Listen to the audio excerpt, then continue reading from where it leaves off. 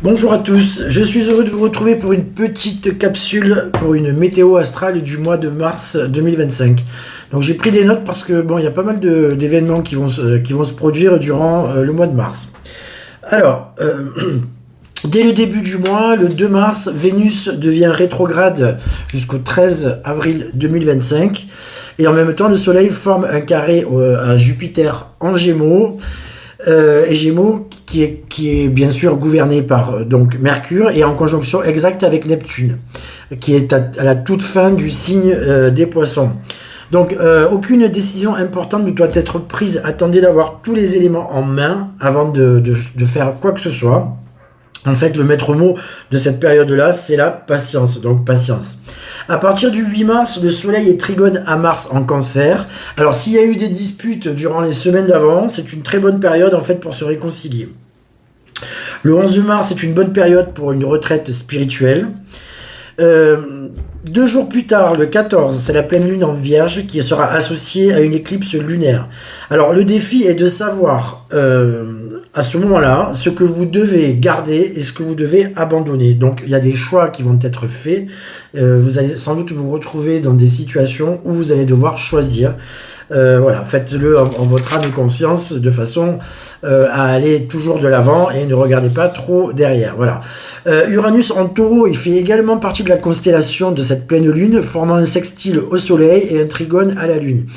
Alors ça peut être un développement surprenant pour plusieurs domaines. Ça peut être donc le domaine de l'argent, des possessions, de l'environnement ou des ressources naturelles. Faut faire attention, pour certaines personnes, il y aura durant cette période un manque d'énergie important. Le 15 mars, Mercure est rétrograde jusqu'au 7 avril.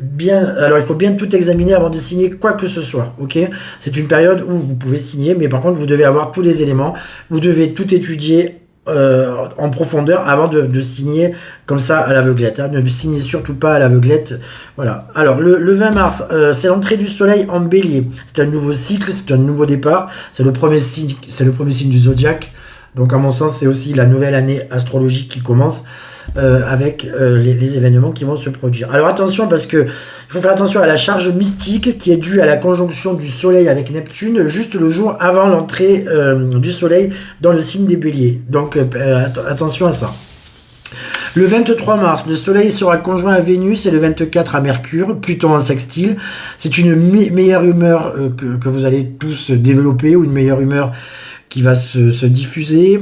L'énergie également sera en hausse par rapport à ce que je vous ai dit précédemment, où certaines personnes pourraient avoir leurs énergies un petit peu en baisse. Alors le 27 mars, Vénus retourne en Poisson avec une conjonction Neptune. Attention, certaines personnes seront à fleur de peau. Donc essayez de maîtriser vos nerfs, essayez de prendre du recul, de ne pas prendre tout au pied de la lettre. Et pour d'autres personnes, ce sera des expériences très mystiques. Voilà. Les derniers jours du mois sont marqués par la nouvelle lune du 29 mars dans le signe des Béliers, associée ce coup-ci à une éclipse lunaire. Donc j'ai pris des notes pour ça, parce qu'en fait il y a une éclipse solaire, une éclipse lunaire, les deux donc différentes, mais durant ce mois de mars, qui va donc engendrer des transformations. Alors, durant donc la nouvelle lune qui aura lieu en Bélier le 29 mars, attention au conflit, parce que ça va être un moment qui sera contradictoire en fait. Donc, pas de précipitation. Et le lendemain, Neptune entre en Bélier. Alors ça, c'est pour la première fois. Je crois que ça va durer jusqu'au 22 octobre. Donc là, forcément, il va y avoir aussi des changements, parce que bon, on avait Neptune dans le signe des Poissons depuis de mémoire 2012, donc voilà, ça fait pas mal de temps.